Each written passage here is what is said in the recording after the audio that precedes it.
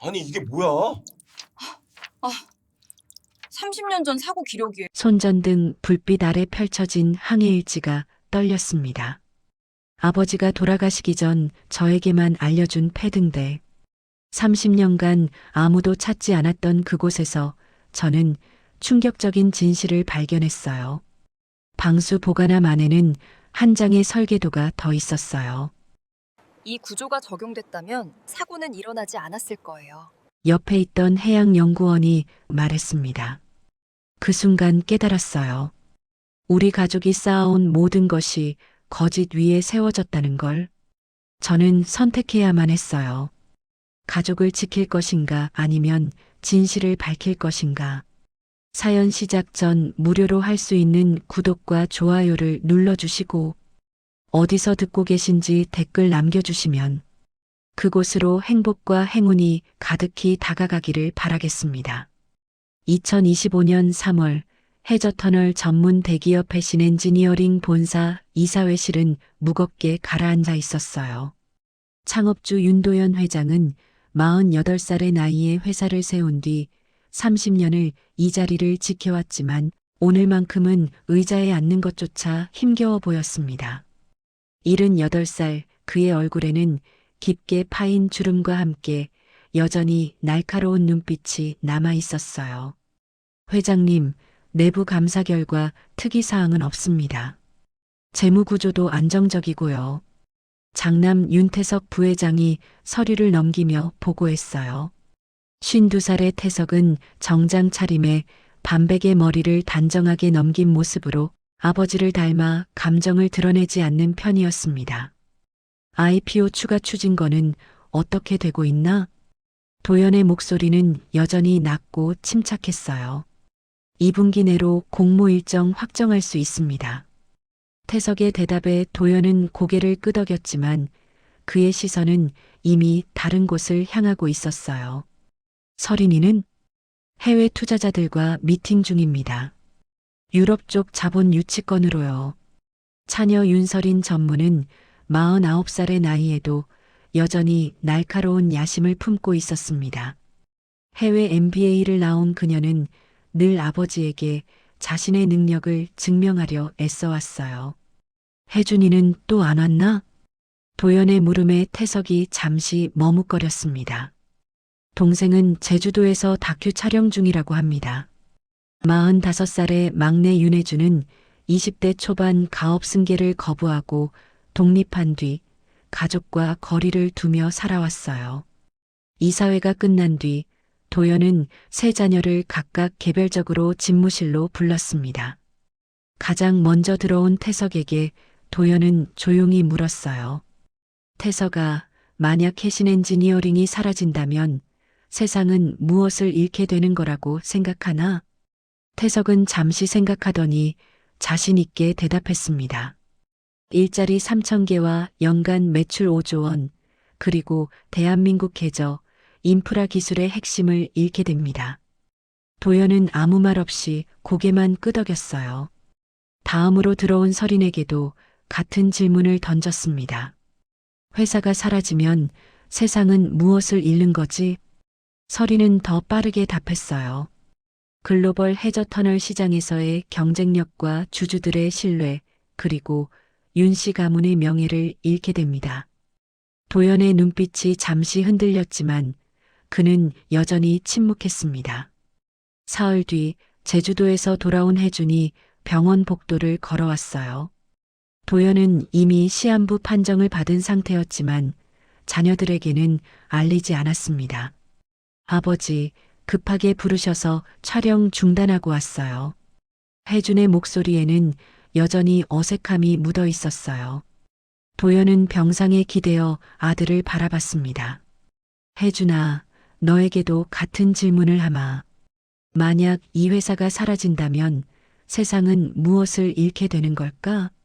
혜준은 한참을 말없이 창밖을 바라보다가 천천히 입을 열었어요. 아무것도 잃지 않을 수도 있어요. 아니면 진실을 잃을 수도 있고요. 도연의 눈가에 미세한 떨림이 일었습니다.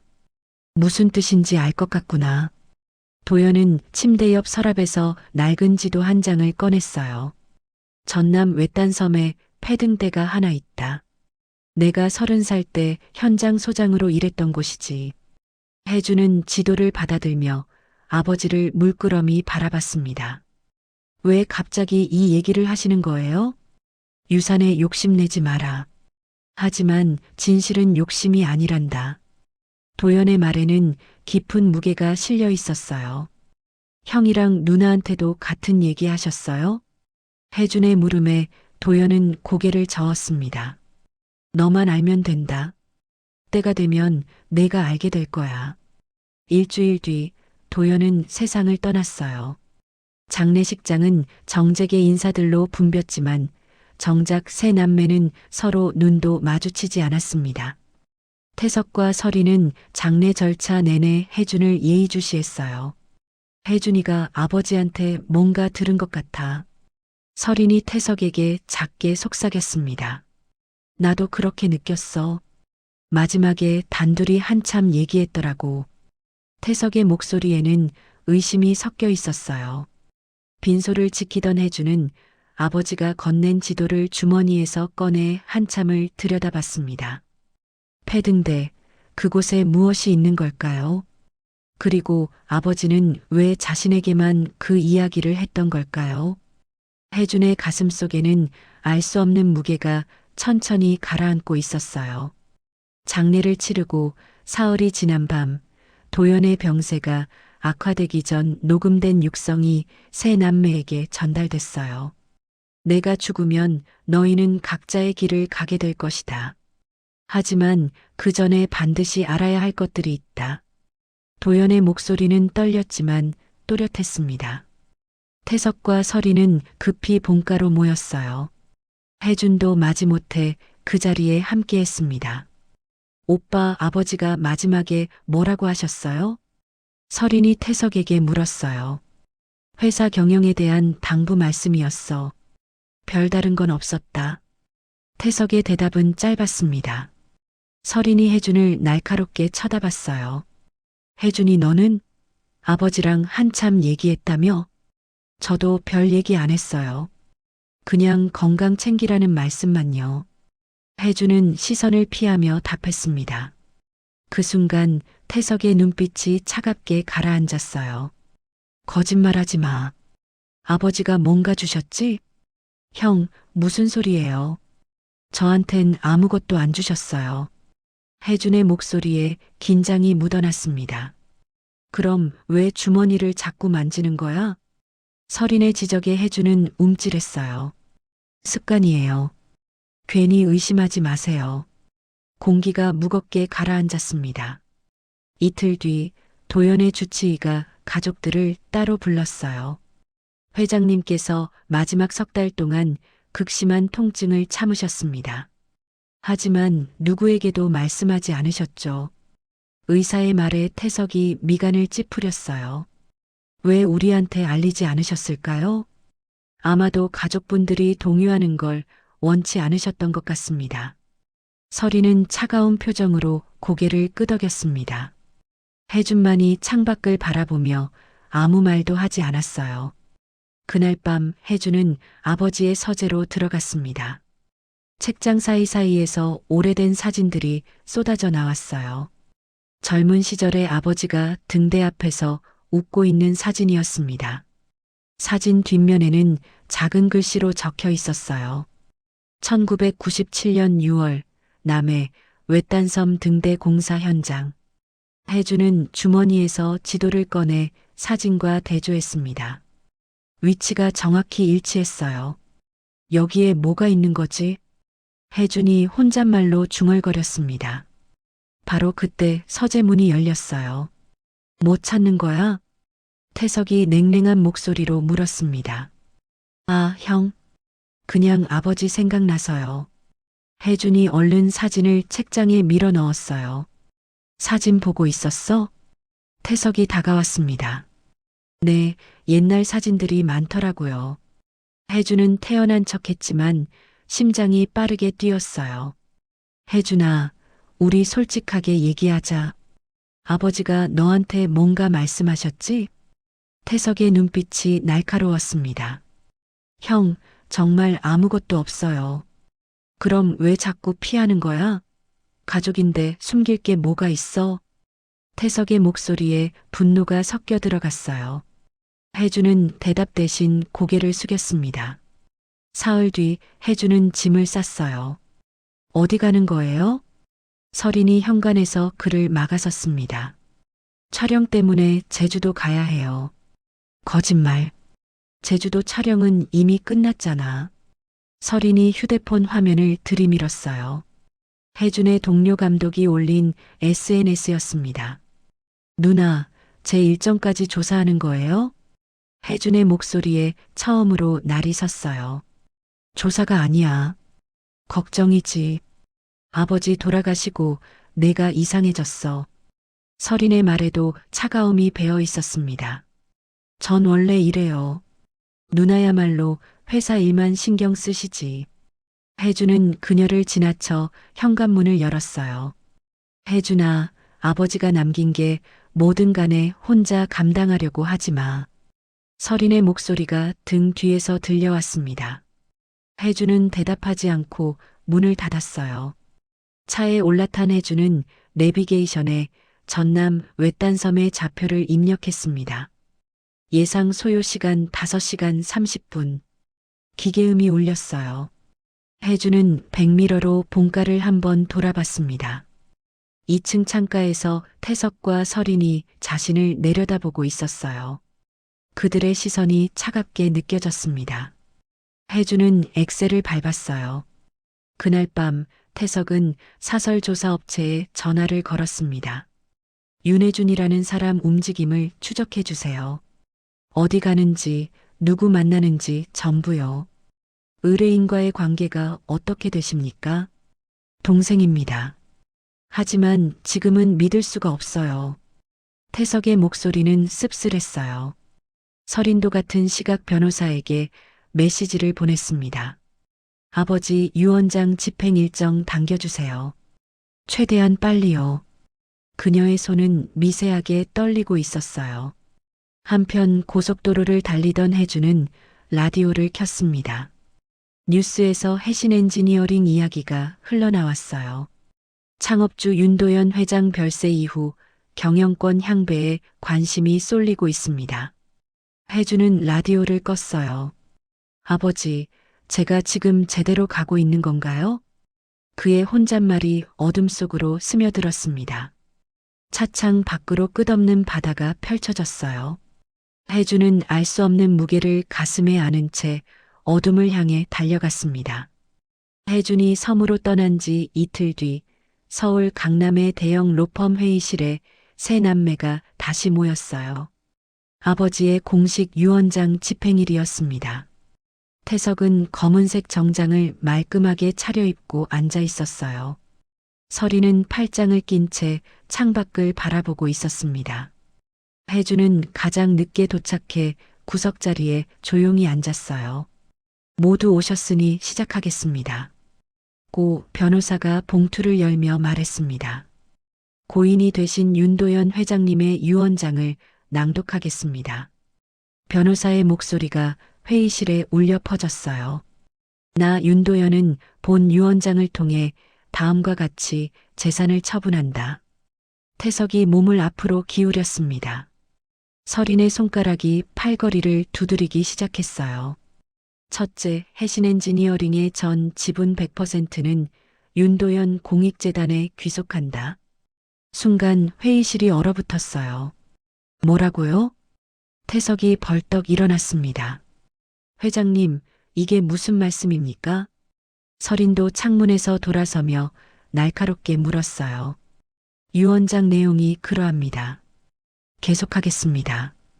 변호사는 담담하게 낭독을 이어갔습니다. 둘째, 윤태석은 CEO 직위를 사임하고 재단 이사로 3년간 근무한다. 태석의 얼굴이 하얗게 질렸어요. 셋째, 윤설이는 모든 임원직에서 물러나며 개인 자산만을 보유한다. 설인이 책상을 쾅 내리쳤습니다. 이건 말도 안 돼요. 우리가 얼마나 회사를 위해 헌신했는데요. 넷째, 윤혜주는 재단 운영에 관여하지 않으며 별도 조항을 따른다. 혜준만이 조용히 고개를 숙이고 있었어요. 변호사가 다른 봉투를 꺼냈습니다. 윤혜준 씨께는 별도의 서신이 있습니다. 혜준이 떨리는 손으로 봉투를 받았어요. 태석과 설인의 시선이 그에게 쏠렸습니다. 지금 여기서 읽어보세요. 태석이 차갑게 말했어요. 혜준은 봉투를 뜯어 편지를 꺼냈습니다. 혜준아, 너만이 진실을 감당할 수 있을 것이라 믿는다. 욕심내지 마라. 짧은 문장이었어요. 그게 다예요? 설인이 다가와 편지를 빼앗으려 했습니다. 혜준이 재빨리 편지를 접었어요. 네, 이게 전부예요. 거짓말. 분명 뭔가 더 있을 거야. 설인의 목소리가 떨렸습니다. 태석이 변호사를 노려봤어요. 이 유언장은 무효입니다. 아버지가 정신이 온전한 상태에서 작성하신 게 맞습니까? 네, 3달 전 공증을 받으셨고 의사의 정신 감정서도 첨부되어 있습니다. 변호사의 대답은 단호했어요. 그럼 이해 신청을 하겠습니다. 설인이 소리쳤습니다. 그러실 수 있습니다만 승소 가능성은 거의 없습니다. 변호사가 서류를 정리하며 말했어요. 회의실을 나선 세 남매는 복도에서 멈춰 섰습니다. 혜준아, 솔직하게 말해. 아버지가 너한테 뭘 더 주신 거야? 태석이 혜준의 팔을 붙잡았어요. 형, 정말 아무것도 없어요. 저도 이 결과가 당황스러워요. 혜준이 팔을 빼내며 말했습니다. 당황스럽긴. 너만 별도 조항이 있잖아. 그게 뭔데? 설인이 앞을 막아섰어요. 저도 몰라요. 변호사님께 따로 물어봐야 할 것 같아요. 혜준의 목소리에 진심이 섞여 있었습니다. 하지만 두 사람은 믿지 않았어요. 좋아, 그렇게 나오는 거지? 태석이 냉소를 지었습니다. 형, 누나, 오해해요. 저는 정말. 됐어. 우리끼리 알아서 할게. 설인이 등을 돌렸어요. 태석도 아무 말 없이 엘리베이터로 향했습니다. 혜주는 텅 빈 복도에 혼자 남았어요. 그날 밤 혜주는 다시 변호사 사무실을 찾았습니다. 별도 조항이 뭔지 알려주실 수 있나요? 네, 윤혜준 씨께는 상속 포기 각서 서명만 하시면 됩니다. 변호사가 서류를 내밀었어요. 상속 포기요? 네, 회장님께서 명시하셨습니다. 윤혜주는 어떠한 재산도 상속받지 않는다고요. 혜주는 서류를 들여다봤습니다. 형이랑 누나는 이거 아나요? 아닙니다. 별도 조항이라 비공개입니다. 혜주는 펜을 들었어요. 서명란에 이름을 또박또박 적었습니다. 이제 전 자유로운 건가요? 법적으로는 그렇습니다. 변호사의 대답이 차가웠어요. 다음 날 새벽 혜주는 짐을 쌌습니다. 최소한의 옷가지와 카메라, 그리고 아버지가 준 지도만 챙겼어요. 현관문을 나서려는데 태석이 서 있었습니다. 어디가? 섬에 가요. 촬영할 게 있어서요. 혜준이 담담하게 대답했어요. 또 거짓말이지. 아버지가 남긴 거 찾으러 가는 거잖아. 태석의 눈빛이 날카로웠습니다. 형, 전 정말 아무것도 모릅니다. 그냥 좀 혼자 있고 싶어요. 혼자? 우리 가족이잖아. 가족끼리 왜 이렇게 숨기는 거야? 태석의 목소리에 서운함이 묻어났어요. 혜주는 잠시 망설이다가 입을 열었습니다. 형, 저 상속 포기했어요. 공식적으로 서명했습니다. 뭐? 태석이 눈을 크게 떴어요. 그러니까 이제 의심 그만하세요. 전 아무것도 안 받았어요. 혜주는 그를 지나쳐 계단을 내려갔습니다. 태석은 그 자리에 멍하니 서 있었어요. 차에 올라탄 혜주는 백미러로 형을 바라봤습니다. 형의 뒷모습이 처음으로 외로워 보였어요. 하지만 혜주는 시동을 걸었습니다. 고속도로에 진입하자 휴대폰이 울렸어요. 설인이었습니다. 혜주는 전화를 받지 않고 음소거했어요. 연달아 태석의 전화도 걸려왔지만 마찬가지였습니다. 미안해요, 형, 누나. 하지만 전 아버지의 마지막 부탁을 지켜야 해요. 혜준의 혼잣말이 차 안에 울려 퍼졌어요. 내비게이션이 목적지까지 남은 거리를 알렸습니다. 목적지까지 3시간 40분 남았습니다. 창밖으로 도시가 사라지고 바다가 보이기 시작했어요. 혜주는 가슴속 무게가 점점 무거워지는 걸 느꼈습니다. 하지만 돌아갈 수는 없었어요. 진실이 그를 기다리고 있었으니까요. 혜준의 차가 좁은 해안도로를 따라 달렸어요. 양옆으로 거친 바위들과 푸른 바다가 끝없이 펼쳐졌습니다. 내비게이션이 목적지 도착을 알렸어요. 목적지에 도착했습니다. 하지만 주변엔 아무것도 보이지 않았습니다. 혜주는 차에서 내려 지도를 펼쳤어요. 여기가 맞는데. 해안가를 따라 30분쯤 걸었을 때 낡은 표지판이 나타났습니다. 출입 금지, 위험, 빛바랜 글씨가 겨우 읽혔어요. 표지판 너머로 가파른 오솔길이 이어졌습니다. 혜주는 카메라를 목에 걸고 조심스럽게 올라가기 시작했어요. 20분쯤 올랐을 때 하얀 등대가 모습을 드러냈습니다. 페인트가 벗겨지고 창문이 깨진 채 방치된 등대였어요. 여기가 아버지가 말씀하신 곳이구나. 혜준이 등대 주변을 천천히 돌아봤습니다. 입구 문은 녹슨 자물쇠로 잠겨 있었어요. 혜준은 주변에서 돌멩이를 주워 자물쇠를 내리쳤습니다. 3번째 시도 끝에 자물쇠가 떨어졌어요. 문을 밀고 들어서자 곰팡이 냄새가 코를 찔렀습니다. 등대 내부는 생각보다 넓었어요. 벽면에는 오래된 해도들과 항해, 장비들이 먼지를 뒤집어 쓴 채 걸려 있었습니다. 혜주는 핸드폰 손전등을 켜고 안쪽으로 들어갔어요. 나선형 계단을 따라 2층으로 올라가자 작은 방이 나타났습니다. 방 한쪽에는 낡은 책상과 의자가 놓여 있었어요. 책상 서랍을 열자 두꺼운 항해일지가 나왔습니다. 1997년 6월 15일 남해 해저터널 기초 공사 시작. 아버지의 필체였어요. 혜주는 일지를 넘기며 하나하나 읽어 내려갔습니다. 7월 3일 예상치 못한 집안 약화 발견. 본사에 보고 완료. 7월 12일 본사 지시. 공사 계속 진행. 보강 공사는 예산 문제로 보류. 7월 28일 작업자들 불안해하고 있음. 나 역시 마찬가지. 혜준의 손이 떨리기 시작했어요. 8월 5일 결국 일어나고 말았다. 부분 붕괴 사고. 인명 피해는 없으나 그 다음 페이지가 찢어져 있었습니다. 혜준은 서랍을 더 뒤졌어요. 가장 아래 칸에서 오래된 설계도 조각이 나왔습니다. 이중 압력 분산 구조 시안. 복잡한 도면과 함께 빼곡한 메모가 적혀 있었어요. 이 구조를 적용하면 집안 붕괴를 원천 차단할 수 있다. 하지만 비용이. 메모는 거기서 끝나 있었습니다. 바로 그때 밖에서 발소리가 들렸어요. 혜주는 재빨리 일지와 설계도를 가방에 넣었습니다. 거기 누구세요? 여성의 목소리가 계단 아래에서 울려왔어요. 혜주는 손전등을 끄고 조용히 내려갔습니다. 입구에 36살쯤 되어 보이는 여성이 서 있었어요.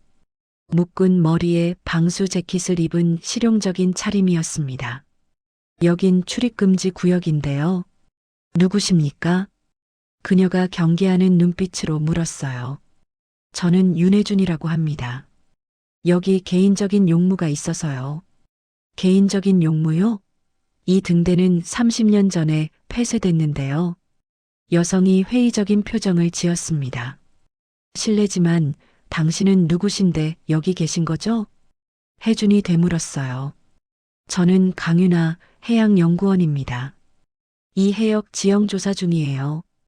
유나가 목에 걸린 신분증을 보여줬습니다.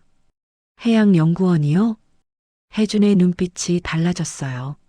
네, 이 근처 해저 지형에 이상한 점들이 발견돼서 조사하고 있어요. 어떤 이상한 점들이요? 혜준이 한 걸음 다가갔습니다. 유나가 태블릿을 꺼내 화면을 보여줬어요. 여기 보세요. 30년 전 공사 흔적인데 구조가 불안정해요. 화면에는 해저 지형 단면도가 떠 있었습니다. 혹시 그때 사고 있었던 거 아세요? 혜준이 조심스럽게 물었어요. 사고요? 공식 기록엔 없는데요. 유나가 고개를 가로저었습니다. 그럼 이건 아세요? 이중 압력 분산 구조.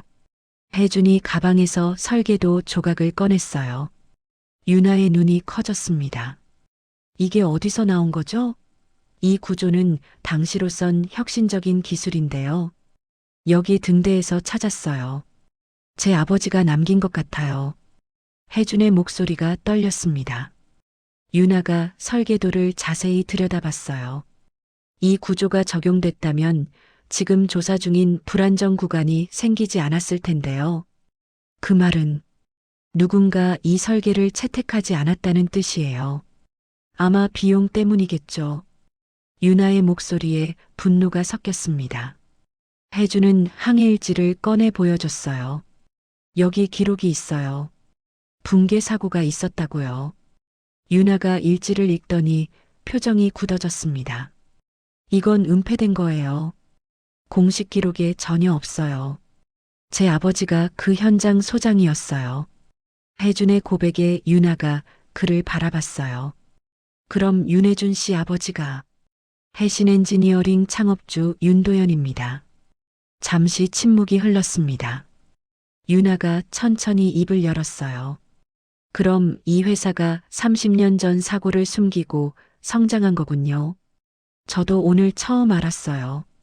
아버지가 돌아가시기 전에 이곳을 알려주셨어요. 혜준의 목소리가 잠겼습니다. 유나가 등대 안쪽을 가리켰어요. 혹시 더 조사해 보셨어요? 이 등대가 단순히 항해용이 아닐 수도 있어요. 무슨 뜻이죠? 등대 아래 해안가 쪽에 유지보수 통로가 있을 거예요. 거기 뭔가 더 있을 수 있어요. 두 사람은 등대 뒤편으로 향했습니다. 바위 틈 사이로 좁은 철문이 보였어요. 녹이 슬었지만 자물쇠는 비교적 새 것이었습니다. 누군가 최근에 다녀간 것 같은데요. 유나가 자물쇠를 살폈어요. 혜준이 항해일지를 다시 펼쳤습니다. 마지막 페이지에 숫자 조합이 적혀 있었어요. 혹시 이게 비밀번호일까요? 혜준이 숫자를 돌렸습니다. 딸깍 자물쇠가 열렸어요. 철문 너머로 어둠 속 계단이 이어졌습니다. 들어가 볼까요? 유나가 방수 손전등을 켰어요. 위험할 수도 있어요. 혜준이 망설였습니다. 진실이 거기 있다면 가야죠. 유나가 먼저 계단을 내려갔어요. 혜준도 깊은 숨을 들이쉬고 그녀를 따랐습니다. 계단은 해안가 절벽을 따라 한참을 내려갔어요. 파도 소리가 점점 가까워졌습니다. 마침내 계단 끝에 작은 방이 나타났어요. 방 한가운데 방수 보관함이 놓여 있었습니다. 이게 뭐죠? 유나가 보관함에 다가갔어요. 혜준이 보관함을 열었습니다. 안에는 완전한 형태의 설계도가 들어 있었어요. 이중 압력 분산 구조 완성본. 혜준의 손이 떨렸습니다. 설계도 옆에는 또 다른 봉투가 있었어요.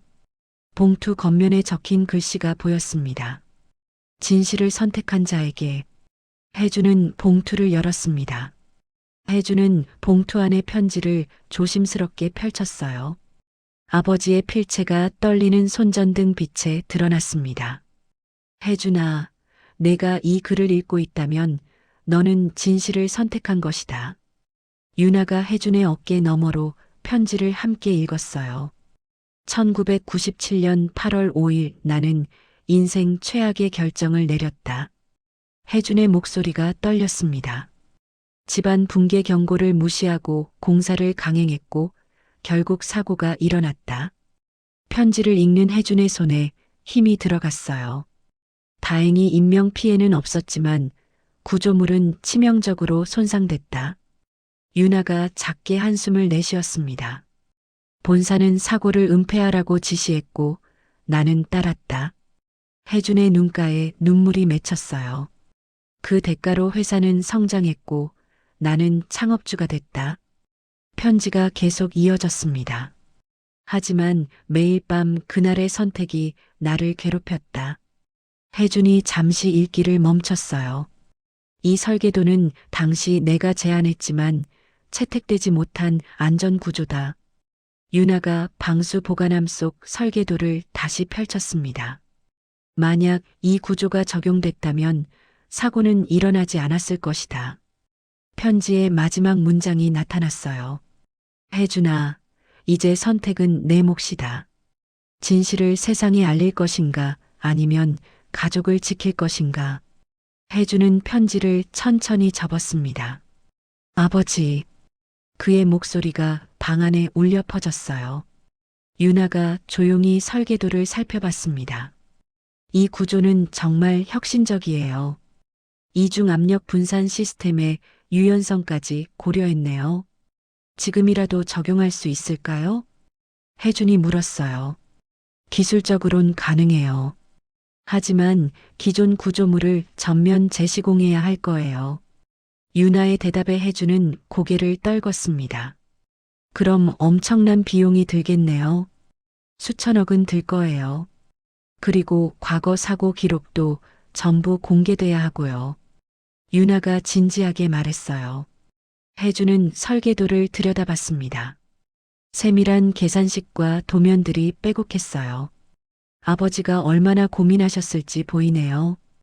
윤혜준 씨, 이걸 어떻게 할 생각이세요? 유나의 질문에 혜준은 대답하지 못했습니다. 두 사람은 설계도를 조심스럽게 방수 가방에 담았어요. 다시 계단을 올라 등대로 돌아왔을 때 해가 기울고 있었습니다. 일단 이걸 디지털화해야 해요. 원본은 너무 오래돼서 손상될 수 있어요. 유나가 제안했어요. 어디서 할 수 있죠? 제 연구소에 장비가 있어요. 같이 가시겠어요? 혜준이 고개를 끄덕였습니다. 두 사람이 등대를 나서려는데 멀리서 차 소리가 들렸어요. 누가 오나 봐요.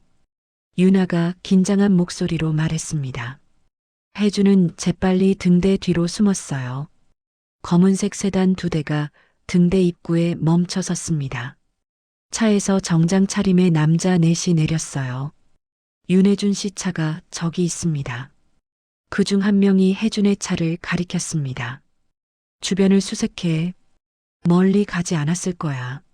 목소리가 낯익었어요. 태석이 차에서 내렸습니다. 혜준의 심장이 빠르게 뛰기 시작했어요. 형이 어떻게? 유나가 혜준의 입을 막았습니다. 조용히 하세요. 들려요. 태석이 등대 입구로 다가왔어요. 혜준아, 나 형이야. 나와서 얘기 좀 하자. 태석의 목소리에 피로가 묻어 있었습니다.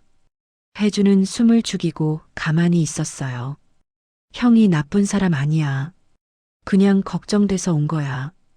태석이 등대 안으로 들어갔습니다. 2층까지 확인해 보세요. 수행원들이 계단을 올라갔어요. 유나가 혜준의 손을 잡고 조용히 뒷길로 향했습니다. 두 사람은 바위 틈 사이로 몸을 숨겼어요. 차는 어떻게요? 유나가 속삭였습니다. 일단 여기서 벗어나야 해요. 혜준이 가방을 꽉 껴안았어요. 등대에서 태석의 목소리가 들려왔습니다. 없습니다, 부회장님. 주변을 더 찾아봐. 분명 근처에 있을 거야. 태석의 지시에 수행원들이 흩어졌습니다. 혜준과 유나는 해안가를 따라 조심스럽게 이동했어요. 바위에 발이 미끄러질 뻔했지만 유나가 붙잡아줬습니다. 조금만 더 가면 제 차가 있어요. 유나가 앞장서서 걸었어요. 20분쯤 걸었을 때 작은 주차장이 나타났습니다. 흰색 SUV 한 대가 서 있었어요. 빨리 타요. 유나가 문을 열었습니다. 혜준이 뒷자리에 올라타자마자 유나가 시동을 걸었어요. 차가 출발하는 순간 뒤에서 외치는 소리가 들렸습니다. 저기 있다. 수행원 하나가 달려오고 있었어요. 유나가 엑셀을 밟았습니다. 차가 빠르게 해안도로로 진입했어요. 백미러로 수행원이 점점 멀어지는 게 보였습니다. 휴, 겨우 벗어났네요. 유나가 긴장을 풀었어요. 혜주는 뒤를 돌아봤습니다. 등대가 점점 작아지고 있었어요. 형이 절 추적하고 있었어요. 가족이시잖아요. 당연히 걱정하시겠죠. 유나가 차분하게 말했습니다. 하지만 이 설계도를 알면 형도 어떻게 할지 몰라요. 혜준의 목소리에 두려움이 섞였어요. 일단 연구소로 가요. 거기서 천천히 생각해봐요. 유나가 내비게이션을 켰습니다. 목적지까지 1시간 40분 소요됩니다. 기계음이 울렸어요. 혜주는 가방 속 설계도를 만져봤습니다. 아버지의 30년 고뇌가 그 안에 담겨 있었어요. 저 올바른 선택을 하고 있는 걸까요? 혜준이 창밖을 보며 중얼거렸습니다. 올바른 선택이 뭔지는 아무도 몰라요. 다만 후회하지 않을 선택을 해야죠. 유나의 말에 혜주는 고개를 끄덕였어요. 차는 어둠 속을 달렸습니다. 뒤에서 또 다른 차의 헤드라이트가 보였어요. 혹시 우릴 따라오는 거 아닐까요? 혜준이 불안한 목소리로 물었습니다. 확인해 볼게요. 유나가 급커브 구간에서 속도를 높였어요. 뒤따라오던 차도 속도를 높였습니다. 맞아요. 우릴 추적하고 있어요. 유나의 목소리에 긴장이 묻어났어요. 어떡하죠? 제가 이 길 잘 알아요. 믿고 따라와 주세요. 유나가 핸들을 꺾었습니다. 차가 좁은 샛길로 접어들었어요. 비포장도로라 차체가 심하게 흔들렸습니다. 뒷차의 불빛이 점점 멀어졌어요. 이 길로 가면 연구소 뒷문으로 갈 수 있어요. 유나가 집중해서 운전했습니다. 20분쯤 달렸을 때 불빛이 보이기 시작했어요. 다 왔어요. 유나가 안도의 한숨을 내쉬었습니다. 연구소 건물이 나타났어요. 유나는 뒷문 주차장에 차를 세웠습니다. 일단 안으로 들어가요. 여기선 안전해요. 두 사람은 건물 안으로 들어갔어요. 복도는 조용했습니다. 유나가 실험실 문을 열었어요. 여기서 설계도를 스캔할 수 있어요. 혜주는 가방에서 설계도를 조심스럽게 꺼냈습니다. 30년 된 종이가 누렇게 변색돼 있었어요. 유나가 대형 스캐너를 켰습니다. 한 장씩 천천히 올려놓을게요. 스캔이 시작됐어요. 정밀한 기계음이 실험실에 울려 퍼졌습니다. 혜주는 모니터를 바라봤어요. 아버지의 설계도가 디지털 이미지로 변환되고 있었습니다. 이제 이 진실을 어떻게 할 건가요? 유나가 조용히 물었어요. 혜주는 대답하지 못했습니다. 창밖으로 어둠이 깔리고 있었어요. 스캔이 끝난 설계도 파일들이 모니터에 가득 찼어요. 유나가 파일을 USB에 백업하며 말했습니다. 이제 원본은 안전한 곳에 보관해야 해요. 어디에 보관하죠? 혜준이 물었어요. 연구소 금고가 있어요. 거기가 가장 안전할 거예요. 유나가 설계도를 조심스럽게 봉투에 넣었습니다. 두 사람이 복도로 나서는 순간 로비에서 소란이 들렸어요. 윤혜준 찾으러 왔습니다. 그의 동생입니다. 태석의 목소리였습니다. 혜준의 얼굴이 하얗게 질렸어요. 어떻게 여길 찾아온 거죠? 아마 제 차량 번호를 추적한 것 같아요. 유나가 당황한 표정을 지었습니다. 뒷문으로 나가요. 혜준이 유나의 손을 잡고 반대편 복도로 향했어요. 하지만 계단 앞에서 설인이 나타났습니다. 혜준아, 도망치지 마. 설인의 목소리는 차갑고 단호했어요. 혜준은 멈춰 섰습니다. 누나, 형이 찾고 있어. 같이 가자. 설인이 다가왔어요. 정갈 수 없어요. 혜준이 뒤로 물러섰습니다. 왜? 뭘 그렇게 숨기는 건데? 설인의 눈빛이 날카로워졌어요. 바로 그때 태석이 복도 끝에 나타났습니다. 혜준아. 태석이 천천히 걸어왔어요. 혜준은 두 사람 사이에 갇혔습니다. 형, 누나, 제발 그냥 가주세요. 혜준의 목소리가 떨렸어요. 우리가 가족이잖아. 뭐가 그렇게 중요한데 우릴 피하는 거야? 태석이 진심 어린 목소리로 물었습니다. 유나가 앞으로 나섰어요. 죄송합니다만 여긴 연구소 내부입니다. 허가 없이 들어오시면 안 돼요. 당신은 누구죠? 설인이 유나를 쏘아봤습니다. 강유나 해양연구원입니다. 윤혜준 씨와 연구 협력 중이에요. 유나가 당당하게 대답했어요. 연구 협력? 태석이 의심스러운 눈빛을 보냈습니다. 네, 해저 지형 안전성 조사요. 유나의 거짓말에 혜준은 놀란 표정을 지었어요. 설인이 혜준에게 다가왔습니다. 혜준아, 솔직하게 말해. 아버지가 뭘 남기신 거야? 아무것도 없어요. 혜준이 가방을 등 뒤로 숨겼어요. 그럼 그 가방엔 뭐가 들었는데? 설인이 가방을 잡으려 했습니다. 혜준이 재빨리 피했어요. 촬영 장비예요. 거짓말. 내 카메라는 목에 걸려 있잖아. 태석이 지적했습니다. 순간 정적이 흘렀어요. 혜준은 더 이상 피할 곳이 없었습니다. 알았어요. 보여드릴게요. 혜준이 가방을 천천히 열었어요. 안에서 봉투를 꺼냈습니다.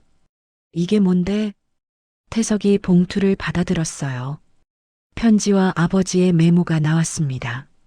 태석의 표정이 굳어졌어요. 1997년 붕괴 사고 기록? 설인이 편지를 빼앗아 읽기 시작했습니다. 이게 무슨 소리야? 아버지가 사고를 은폐했다고? 설인의 목소리가 떨렸어요. 30년 전 일이에요. 그때 회사가 생존하기 위해선 어쩔 수 없었을 거예요. 혜준이 조용히 말했습니다. 태석이 편지를 다 읽고 나서 혜준을 바라봤어요. 그래서 아버지가 너한테만 이걸 알려주신 거야? 네. 혜준의 대답에 태석의 눈빛이 복잡해졌습니다.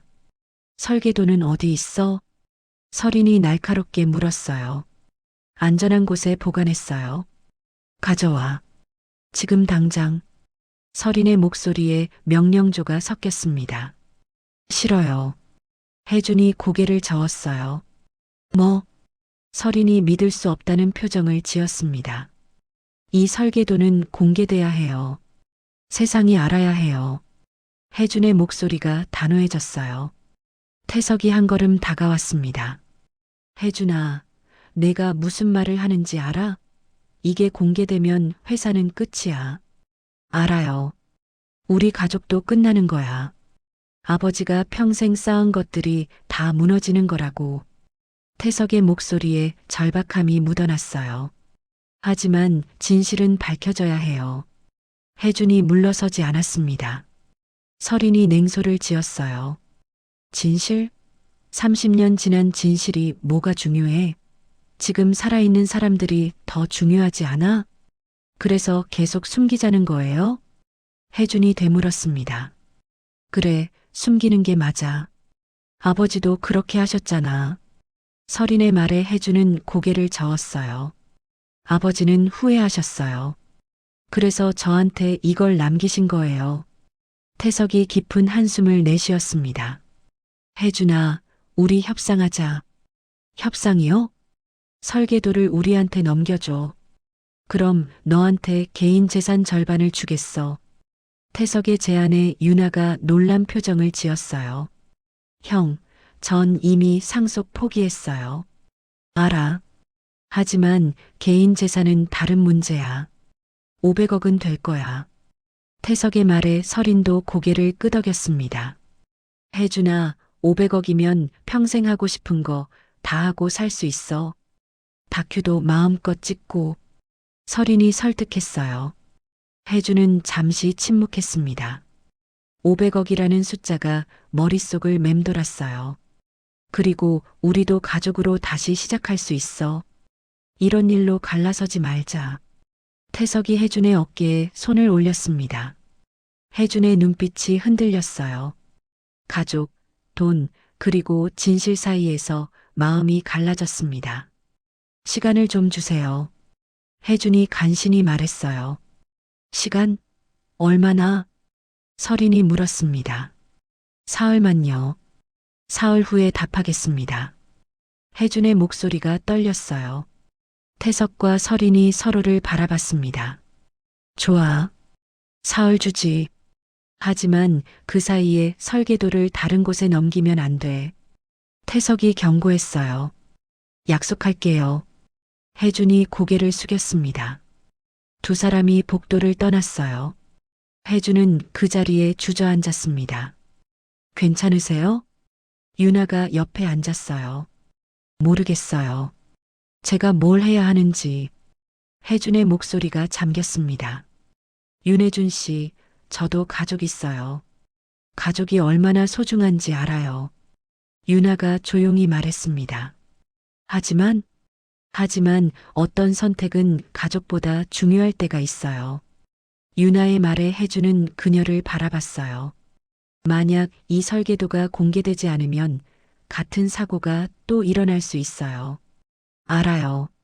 그것도 알아요. 혜준이 머리를 감싸쥐었습니다. 그럼 답은 정해진 거 아니에요? 유나의 물음에 혜준은 대답하지 못했어요. 밤이 깊어갔습니다. 연구소 숙소에서 혜준은 잠을 이루지 못했어요. 창밖으로 바다가 보였습니다. 아버지의 목소리가 귓가에 맴돌았어요. 혜준아, 이제 선택은 내 몫이다.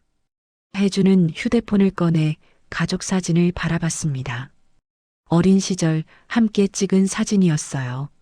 아버지, 어머니, 형, 누나, 그리고 자신. 모두가 웃고 있었습니다.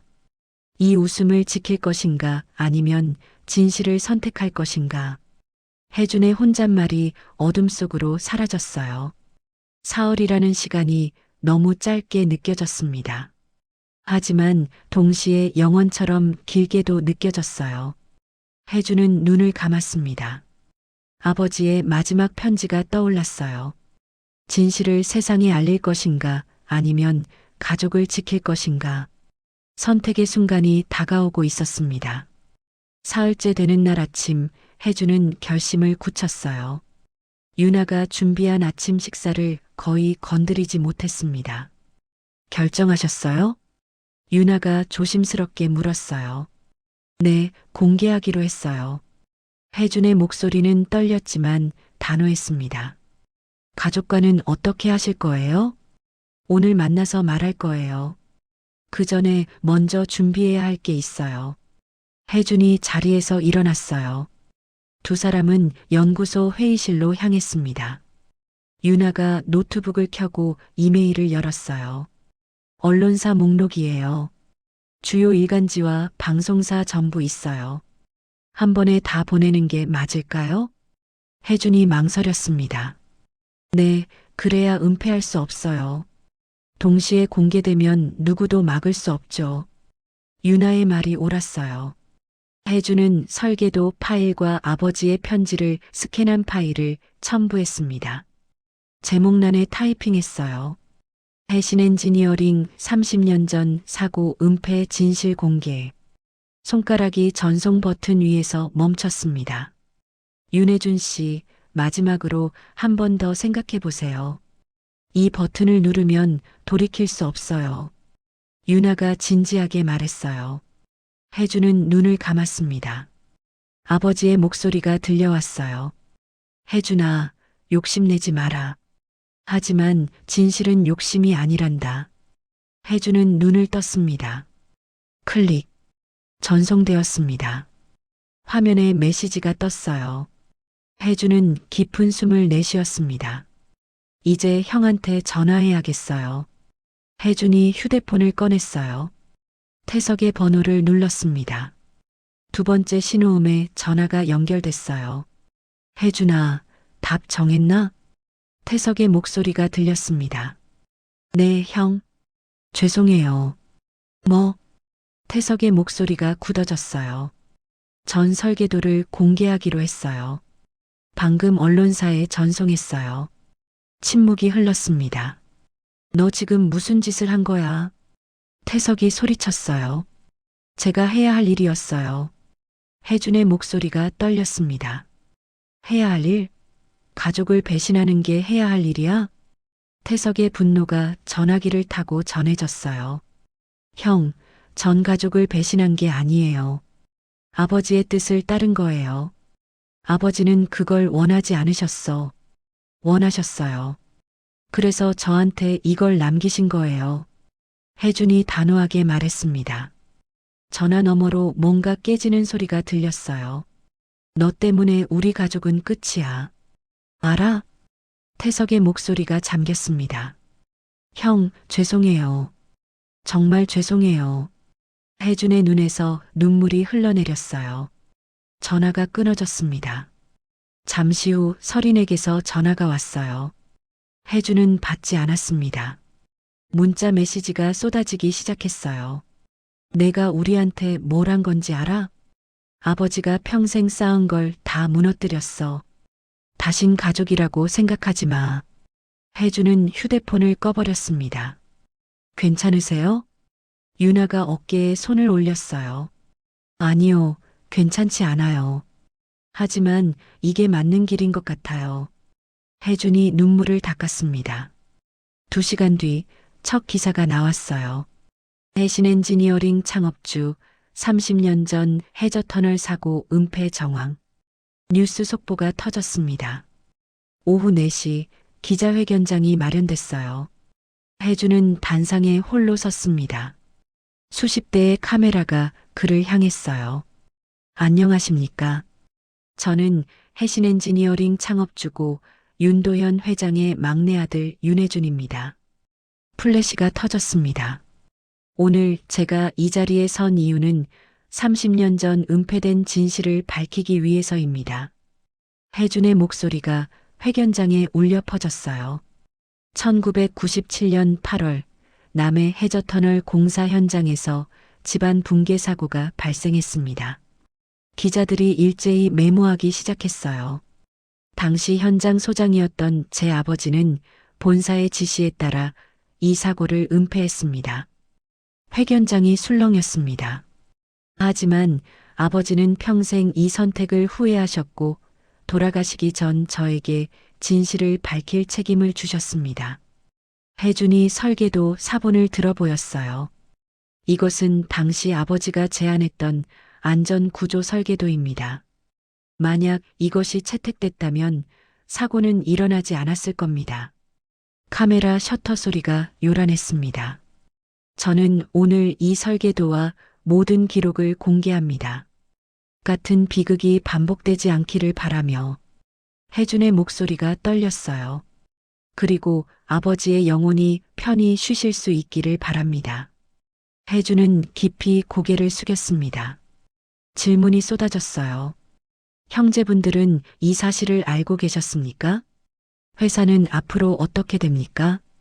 개인적으로 책임질 생각은 있으십니까? 혜준은 하나하나 답했습니다. 형과 누나는 최근에야 알게 됐습니다. 책임은 모두 고인이 된 아버지와 당시 경영진에게 있습니다. 회견이 끝나고 혜준은 빠져나왔어요. 복도에서 태석이 기다리고 있었습니다. 형? 혜준이 멈춰 섰어요. 태석이 다가와 혜준의 멱살을 잡았습니다. 너 때문에 다 끝났어. 회사도 우리 가족도. 태석의 눈에 눈물이 고여 있었어요. 형, 미안해요. 미안하다고?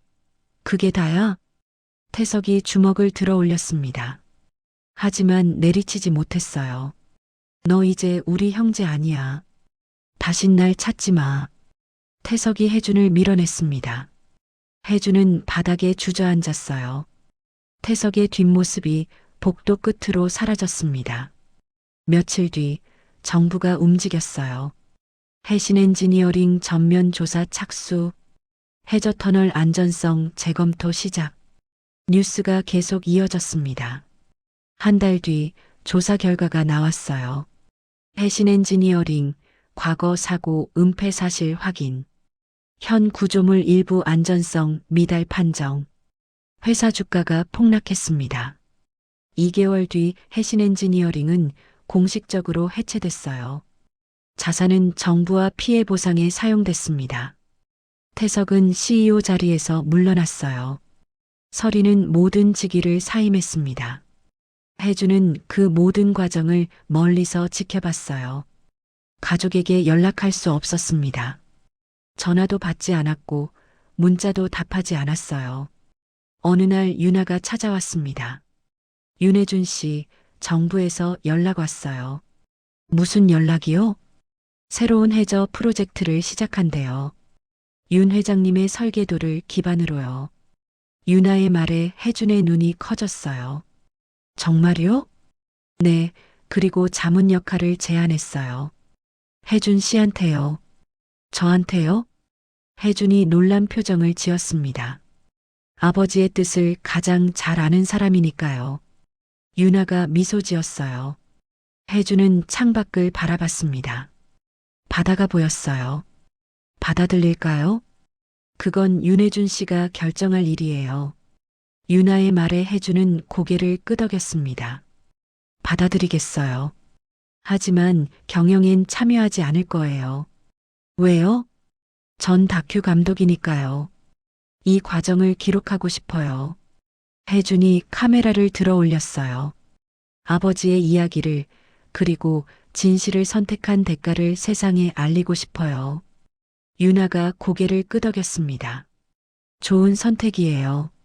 그날 밤 혜준은 오랜만에 편지를 썼어요. 형과 누나에게 보내는 편지였습니다. 형, 누나.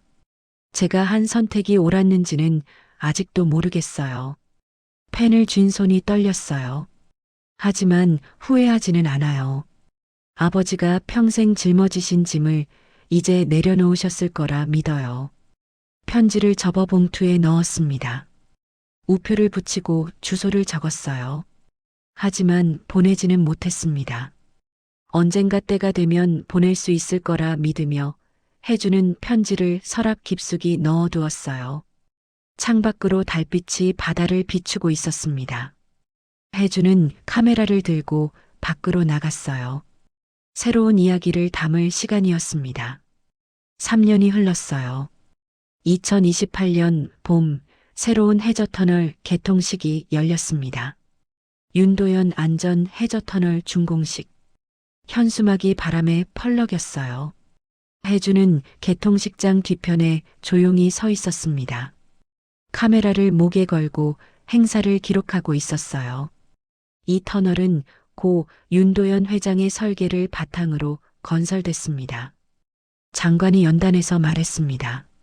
30년 전 채택되지 못했던 이중 압력 분산 구조가 적용돼 세계에서 가장 안전한 해저 터널로 평가받고 있습니다. 박수가 터져 나왔어요. 혜주는 조용히 셔터를 눌렀습니다.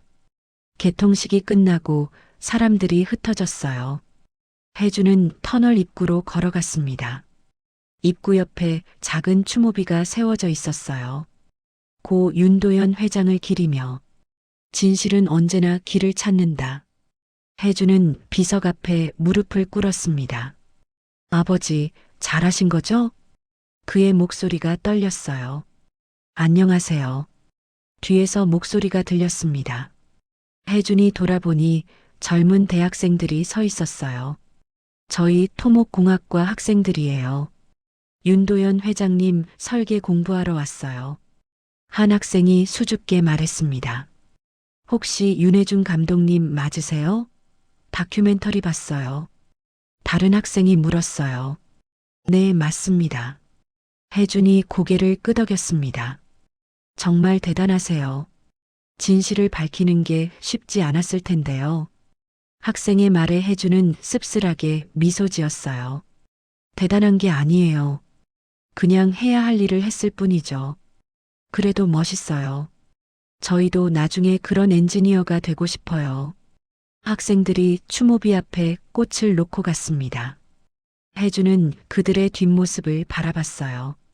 아버지, 보고 계세요? 젊은 사람들이 아버지를 기억해요. 혜준의 혼잣말이 바람에 실려갔습니다. 저녁이 되어 혜준은 작은 카페에 앉았어요. 노트북을 열고 마지막 편집 작업을 하고 있었습니다. 마지막 설계도는 바다 아래에. 다큐멘터리 제목이 화면에 떠올랐어요. 3년간 찍은 영상들이 타임라인에 가득했습니다. 아버지의 등대, 설계도를 발견한 순간, 기자회견, 회사의 몰락, 그리고 새로운 터널의 건설. 모든 순간이 담겨 있었어요. 마지막 장면을 편집하던 중 카페 문이 열렸습니다. 혜주는 무심코 고개를 들었어요. 태석이 서 있었습니다. 3년 만이었어요. 형?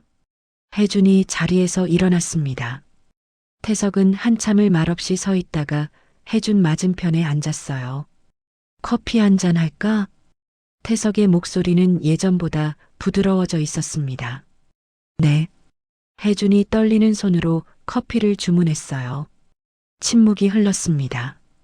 태석이 먼저 입을 열었어요. 다큐 만들고 있다며? 뉴스에서 봤어. 네, 거의 다 끝났어요. 혜준이 조심스럽게 대답했습니다. 언제 개봉하는데? 다음 달이요. 또 침묵이 흘렀어요. 태석이 창밖을 바라봤습니다. 혜준아, 미안하다. 네. 혜준이 놀라서 형을 바라봤어요. 3년 전에 너한테 한 말들 다 취소할게. 태석의 눈가에 주름이 깊게 패여 있었습니다. 형, 너 옳았어. 아버지의 뜻도 너였고. 태석의 목소리가 잠겼어요. 형이 뭘 잘못한 게 아니에요. 아니야. 난 회사만 생각했어. 가족도 진실도 아니고. 태석이 고개를 떨궜습니다.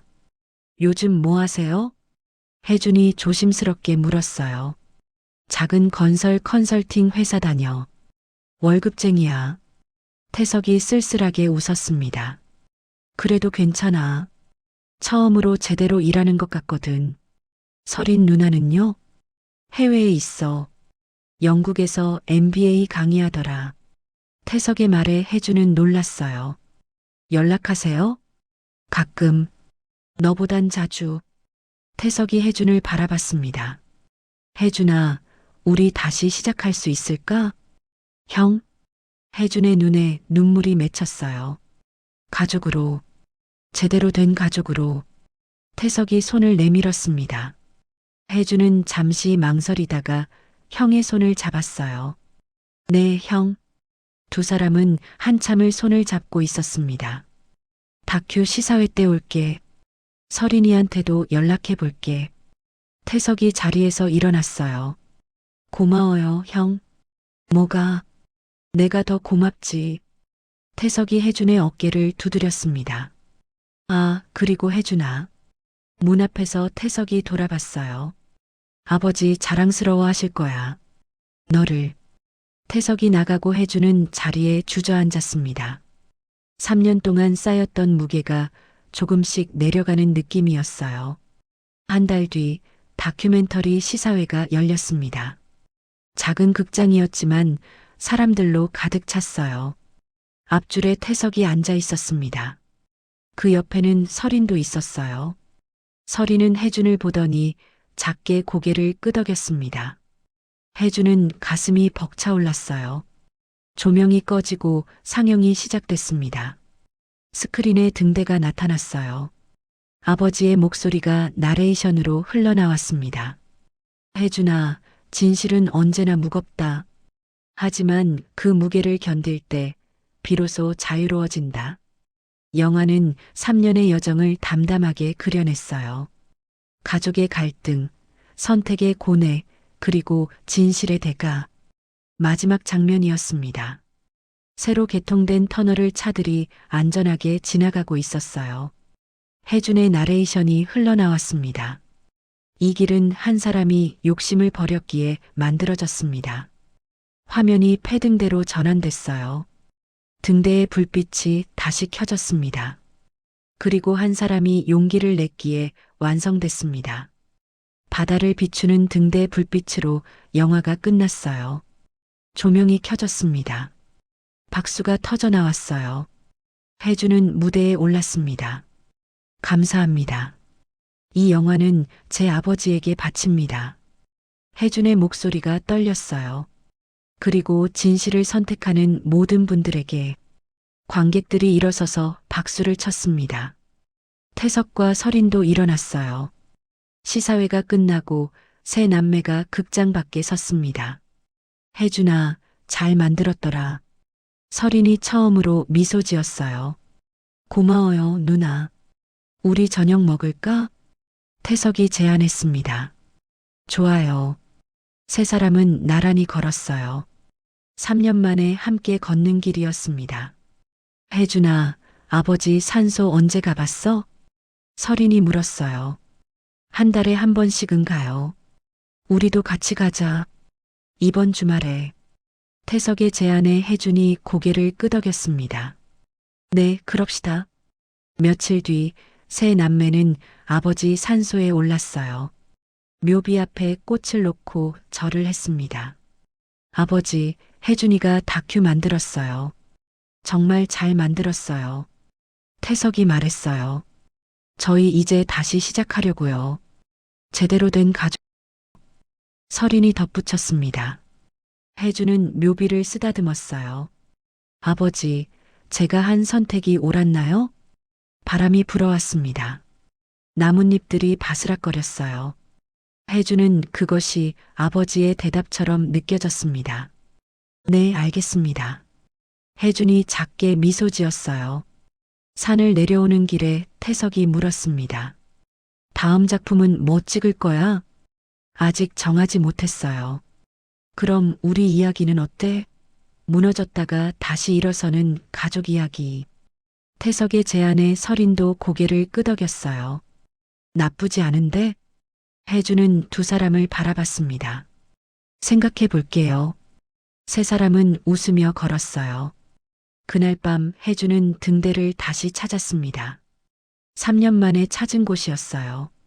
등대 불빛이 여전히 바다를 비추고 있었습니다. 혜주는 카메라를 들어 올렸어요. 등대와 바다를 프레임에 담았습니다. 아버지, 유산은 소유가 아니라 선택이었네요. 혜준의 혼잣말이 바다로 흘러갔어요. 파도 소리가 대답처럼 들려왔습니다. 혜준은 카메라를 내렸습니다. 돌아서서 걷기 시작했어요. 등대 불빛이 그의 뒷모습을 비쳤습니다. 새로운 길을 향해 걸어가는 그의 발걸음은 더 이상 무겁지 않았어요. 가볍지도 않았지만 확신이 있었습니다. 자신이 선택한 길이 옳았다는 확신, 그리고 아버지가 원했던 것이 바로 이것이었다는 확신. 바다 위로 달빛이 쏟아졌습니다. 등대 불빛과 달빛이 만나 길을 밝혔어요. 혜주는 그 길을 따라 걸었습니다. 뒤돌아보지 않고 하지만 잊지도 않으며 진실이라는 이름의 무거운 선택을 견뎌낸 사람의 걸음으로